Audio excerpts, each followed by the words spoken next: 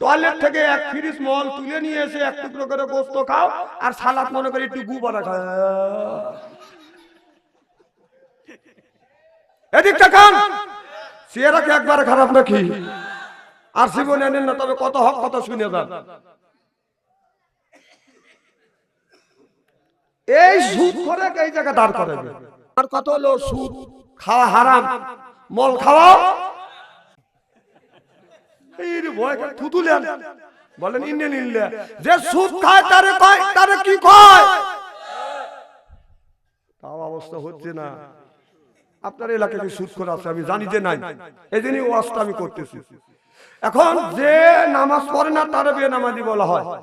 এখন সভাপতিকারের সাথে করিয়া রাস্তা দিয়ে বেনামাজি যাচ্ছে, ওনাকে যদি ডাক দেয় এ বেনামাজি সন্ত, ও খুশি নেবে বেদা। কেন কেন আপনি বেদা নেবেন কেন? আপনি তো নামাজ পড়েন না, আল্লাহর ভাষায় আপনি বেনামাজি। ও আপনি বেনামাজি বললে আপনি রাগ করেন, তার মানে ও তোমাকে বিশ্বাস পাবো যে সুদ খাতারে কি করে জোর কোন? এই আপনাদের কমিটিকে সাথে নিয়ে সুদখোর বাড়ি যা যদি ডাক দেওয়া যায়, সুদখোর ভাই বাড়িতে আছে, ও খুশি নেবে বেজার। হ্যাঁ খালি ও বেজার না, ওর বই জাটা নিয়ে এসে যে আমার স্বামী সুদ খাক না গু খাক, তোর কি না? তুলে নিয়ে এসে এক টুকরো করে গোস্ত খাও আর সালাদ মনে করে একটু গু বাড়া খাও।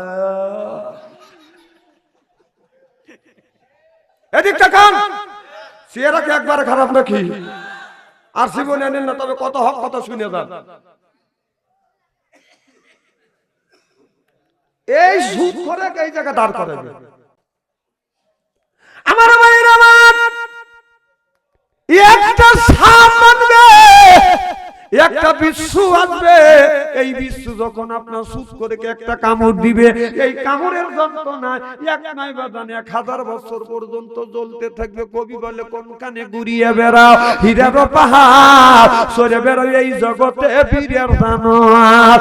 এক এক কামড়ের জ্বালা 1000 বছর দাঁড়, এমনি করে কামড়াইবে লাখো লাখো বার। আগুনের বিষাক্ত সাপ বাদান যখন বিচ্ছু কামড় দিবে 1000 পর্যন্ত জ্বলতে থাকবে।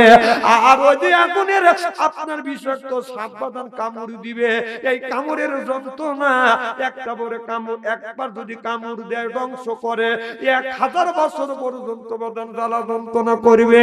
পানি দিলে নিবে না, আপনার ওই মলম লাগালে বাদান সেটা বাদান ঠান্ডা হবে না।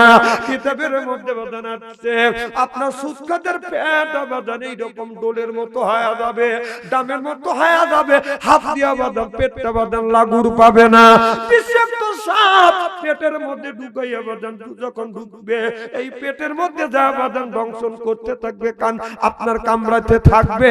ওই সুদখোর ব্যক্তি পেটটা নিয়ে হাউমাউ করে কানবে আর বলবে বাঁচাও বাঁচাও। গোটা হাসরের ময়দানে বাঁচাও বাঁচাও বলে বাদাম কানবে। কোন ব্যক্তি যাইয়া ওই লোকটাকে বাঁচাবে না, এমন কি সারা পর্যন্ত দেখবে না কে বাঁচাও বাঁচাও বলে কানবে।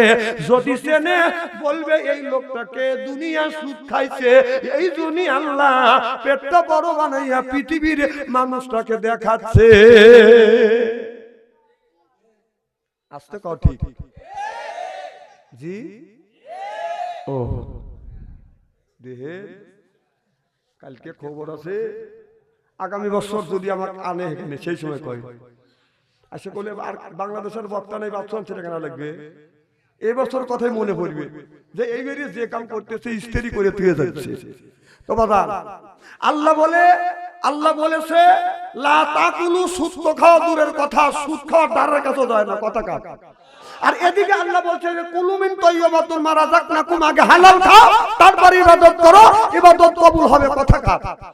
আল্লাহ যদি না বলতো, আল্লাহর কসম করে বলতেছি আমি বলতাম না, আল্লাহ বলছে দেখে আমি বলছি। ও আল্লাহ বলছে সেটা আল্লাহর দোষ হয় না। আর আমি বাদশা আনসারী বললে আমাকে আগামী বছর দাওয়াত দিবে না, নরম পাও আমাকে না